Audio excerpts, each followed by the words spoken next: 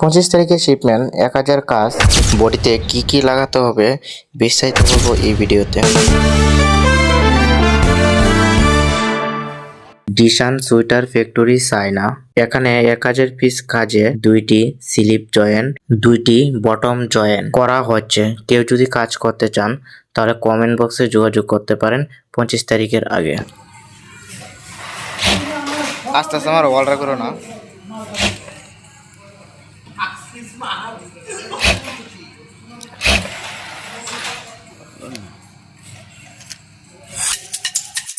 এরকম তাজা খবর পেতে হলে রোমান 3653 পেজটি ফলো করতে হবে।